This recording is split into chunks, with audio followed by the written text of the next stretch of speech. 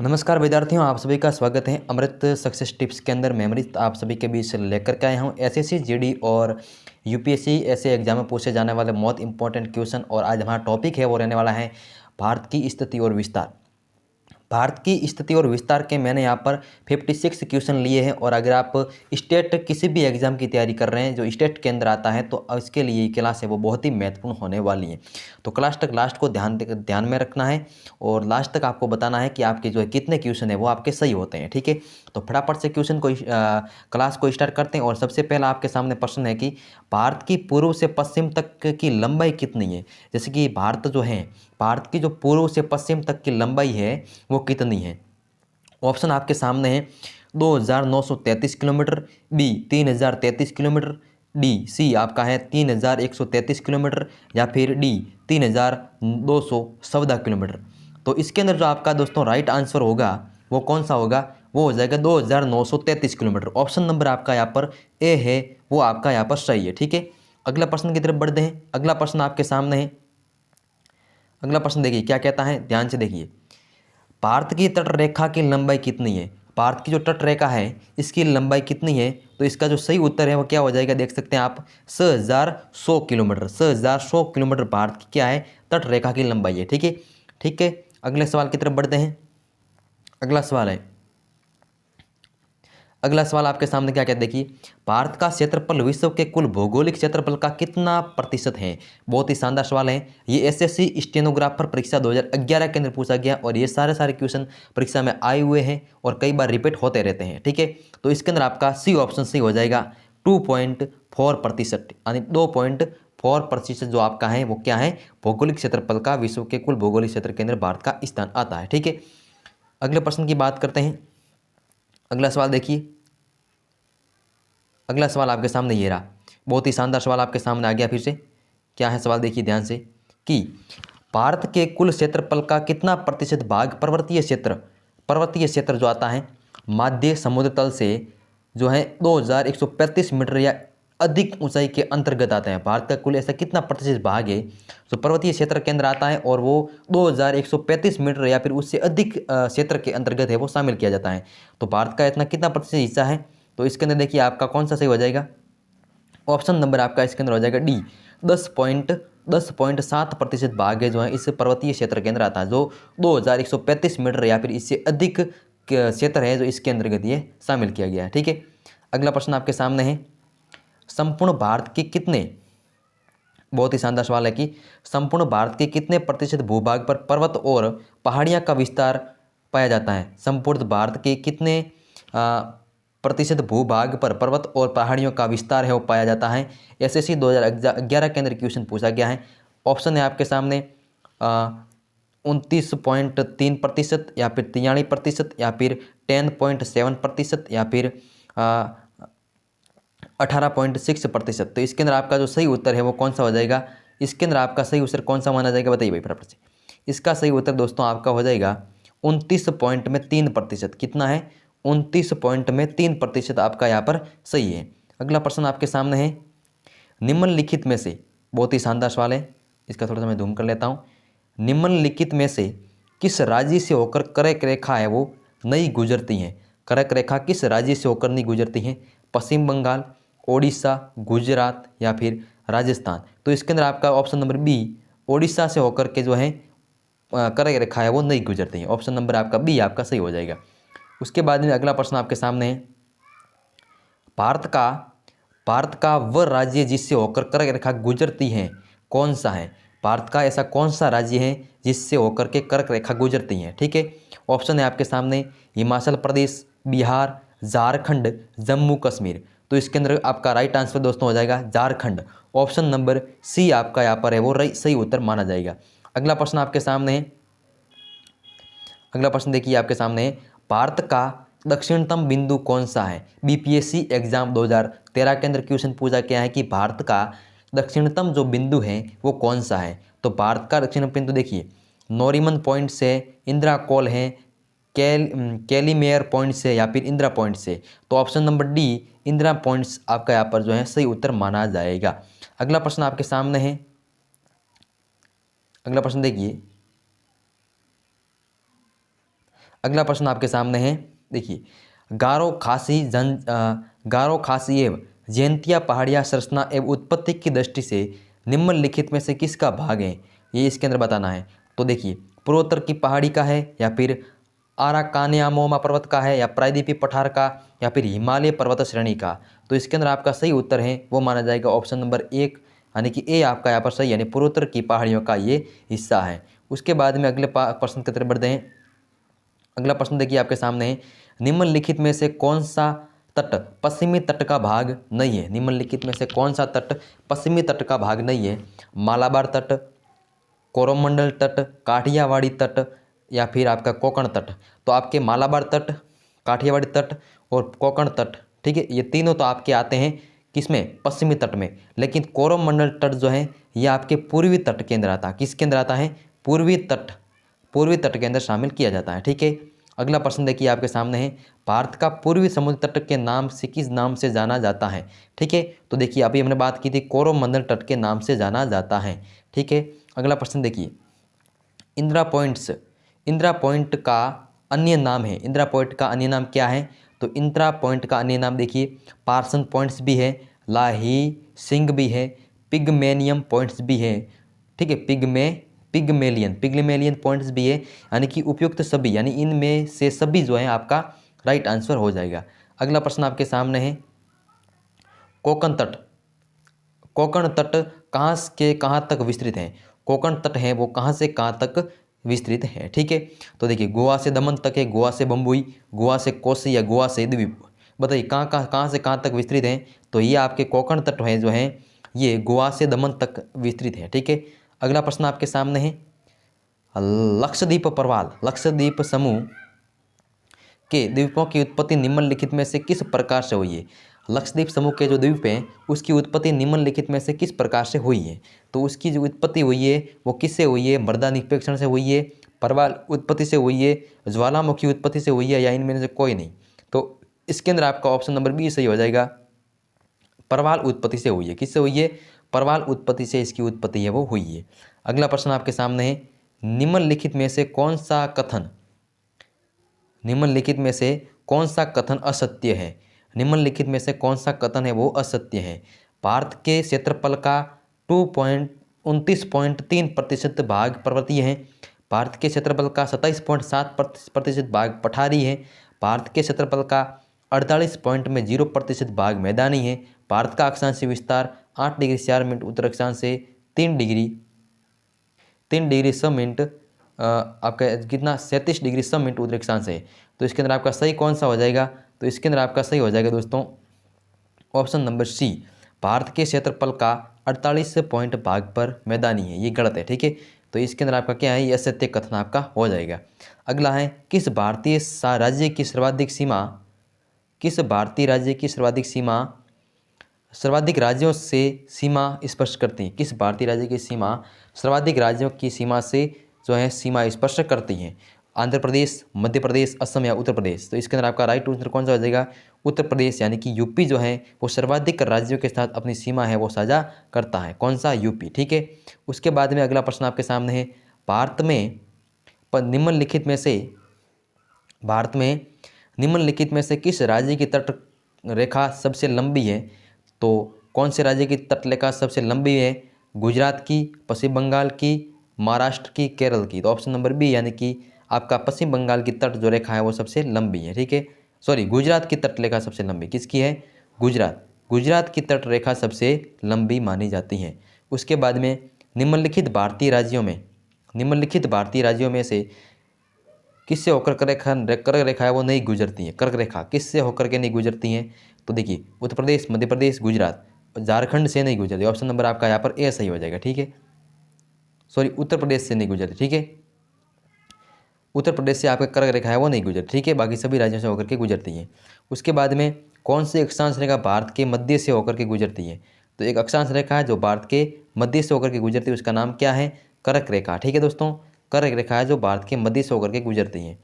कर्क रेखा जो है भारत के कितने राज्यों से होकर के गुजरती है। तो आप सभी जानते होंगे 8 राज्यों से होकर के गुजरती हैं। कितने राज्यों से होकर के गुजरती हैं, 8 राज्यों से। अगला प्रश्न है, निम्नलिखित में से कौन सा निम्नलिखित में से कौन सा द्वीप भारत और श्रीलंका के मध्य स्थित है? तो वो दोस्तों आपका कौन सा है? रामेश्वर है, न्यू मूर है, लक्षद्वीप है या गंगा सागर है? तो ये ऑप्शन नंबर आपका ए सही हो जाएगा, यानी कि कौन सा है? रामेश्वरम जो है द्वीप भारत और श्रीलंका के बीच में स्थित है। अगला आपके सामने है थार का मरुस्थल जो है वो कहाँ स्थित है? गुजरात के अंदर है, राजस्थान, पंजाब या हरियाणा? थार का मरुस्थल राजस्थान में है। कहाँ पर है? राजस्थान के अंदर है। ठीक है। उसके बाद में अगला प्रश्न आपके सामने है, दक्षिणी गंगोत्री क्या है? दक्षिणी जो गंगोत्री है वो क्या है? दक्षिणी गंगोत्री क्या है बताइए? दक्षिणी गंगोत्री क्या है?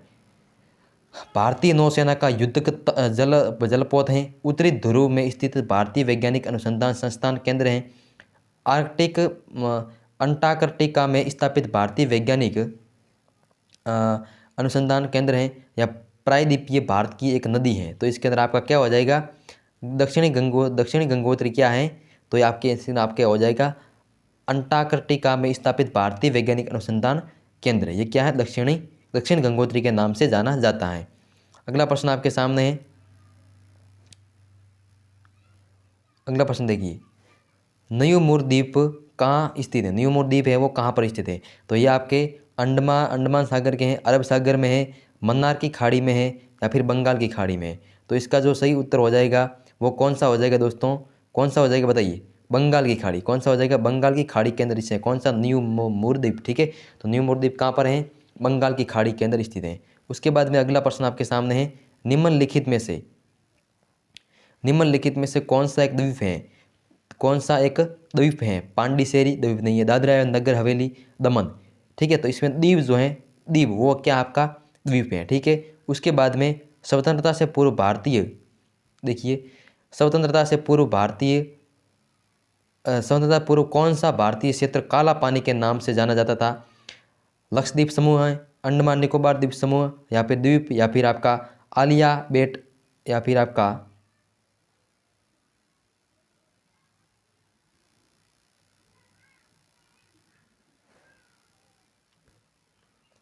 कौन सा?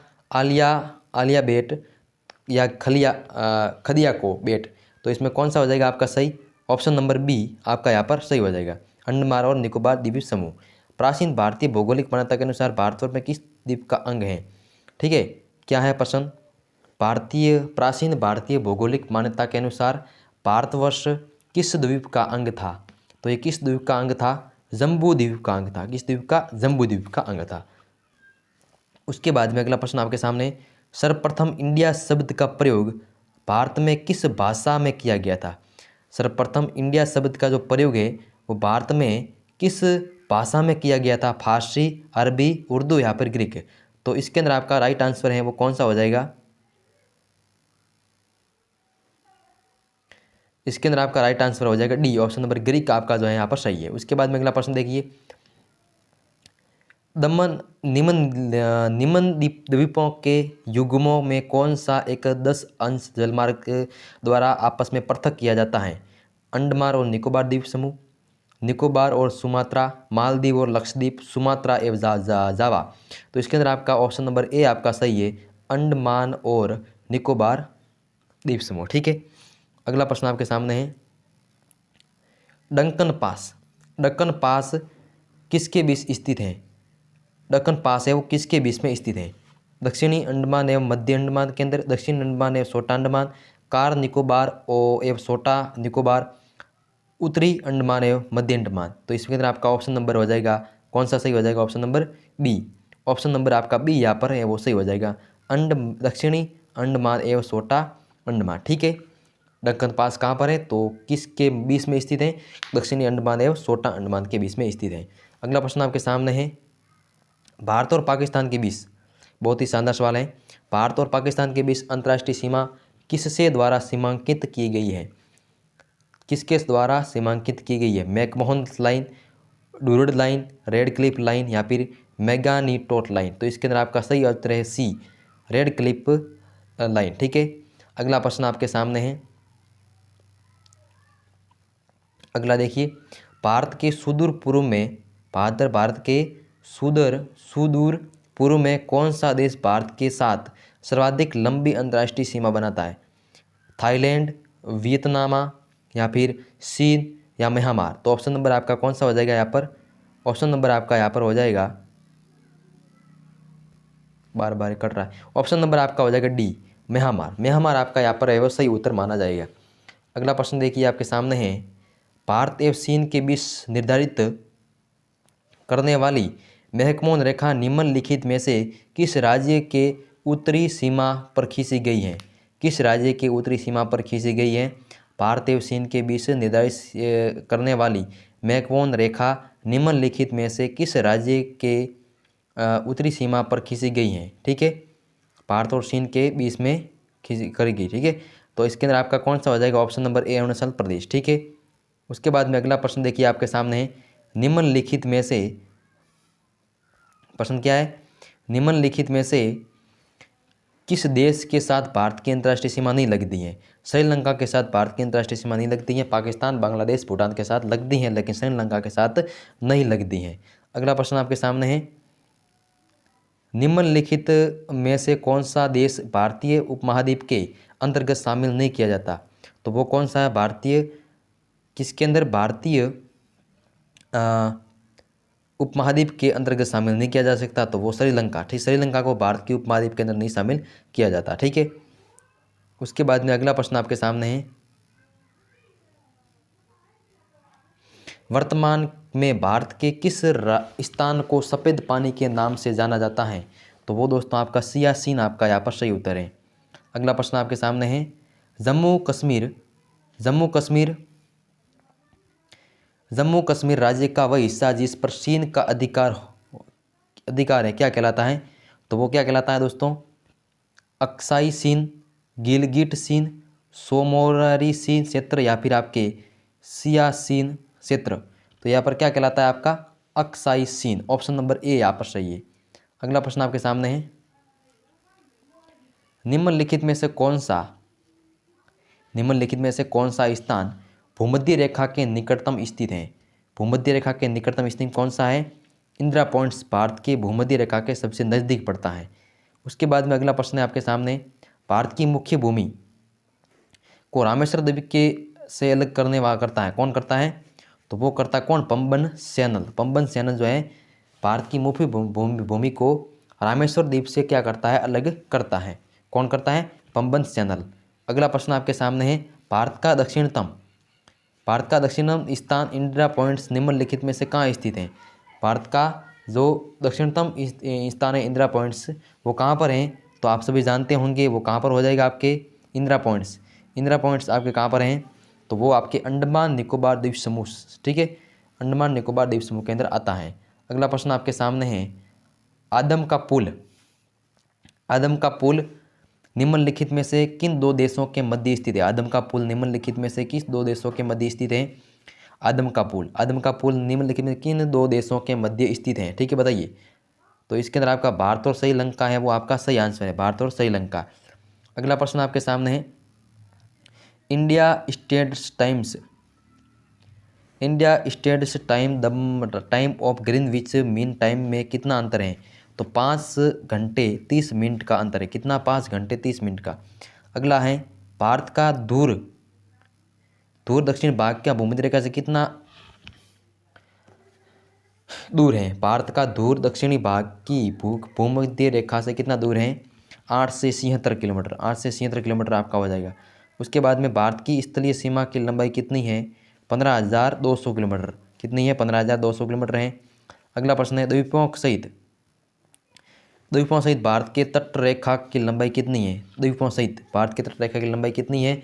7,516.5 किलोमीटर। ठीक है, 7,516.7 किलोमीटर आपकी इसके अंदर लंबाई है टोटल तट के सहित। अगला प्रश्न है, भारत की सबसे लंबी अंतर्राष्ट्रीय सीमा किस देश के साथ लगती है? बांग्लादेश के साथ भारत की सबसे लंबी अंतर्राष्ट्रीय सीमा लगती है। उसके बाद में अगला प्रश्न है, सबसे छोटा स्थलीय सीमा भारत की किस देश के साथ लगती है? सबसे छोटी सीमा भारत की किस देश के साथ लगती है? तो इसके अंदर आपका हो जाएगा भूटान के साथ भारत की अंतर्राष्ट्रीय सीमा सबसे कम लगती है। उसके बाद में अगला प्रश्न है, भारत का कौन सा भूआकृतिक विभाग प्राचीनतम है? तो वो दोस्तों प्रायद्वीपीय पठार जो भारत का भूआकृतिक स्थल है, विभाग हैं, वो सबसे प्राचीन है। उसके बाद में अगला प्रश्न है, न्यू मूर द्वीप किन दो देशों के मध्य विवाद का कारण है? न्यू मूर द्वीप किन दो देशों के मध्य विवाद का कारण है? तो इसके अंदर आपका कौन कौन सा हो जाएगा? इसके अंदर आपका भारत और बांग्लादेश के मध्य जो कारण बना हुआ है, कौन सा? न्यू मूर द्वीप। उसके बाद में अगला प्रश्न है, पटकाई द्वीप क्या है? अगला प्रश्न, पटकाई की पहाड़ियाँ भारत को अलग करती हैं, किससे अलग करती हैं? म्यांमार से। किससे अलग करती हैं? म्यांमार से। ठीक है। अगला प्रश्न है आपके सामने, भारत और पाकिस्तान के बीच की सीमा का निर्धारण किसने किया? भारत और पाकिस्तान के बीच की सीमा का निर्धारण किसने किया था? सर सिरिल जॉन रेडक्लिफ ने इसका जो है निर्धारण किया था। अगला प्रश्न है आपके सामने, निम्नलिखित राज्यों में कौन सा राज्य 3 तरफ से बांग्लादेश से घिरा हुआ है? तो वो कौन सा हो जाएगा दोस्तों? आपका त्रिपुरा, जो 3 ओर से बांग्लादेश से घिरा हुआ है। अगला प्रश्न है आपके सामने, भारत के किस प्रदेश की सीमाएं 3 देशों क्रमशः नेपाल, भूटान और चीन से मिलती हैं? तो वो दोस्तों हो जाएगा सिक्किम की तीनों देशों से मिलती है, नेपाल, भूटान और चीन, तीनों से आपकी सिक्किम है वो सीमा लगाता है। अगला प्रश्न है, अरावली एवं विंध्य श्रृंखलाओं के मध्य कौन सा पठार स्थित है? अरावली और विंध्य श्रृंखलाओं के मध्य कौन सा पठार स्थित है? तो वो दोस्तों आपका कौन सा पठार हो जाएगा? बताइए कौन सा पठार हो जाएगा? मालवा का पठार। कौन सा पठार है? मालवा का पठार यहाँ पर है वो आपके स्थित है। अगला है, निम्नलिखित में से कौन सा एक भारत का प्रवाल द्वीप है? प्रवाल द्वीप कौन सा है? तो वो दोस्तों आपके लक्षद्वीप है। कौन सा है? लक्षद्वीप आपका जो है एक प्रवाल द्वीप है। ठीक है। अगला प्रश्न आपके सामने है, भारत के किस भाग में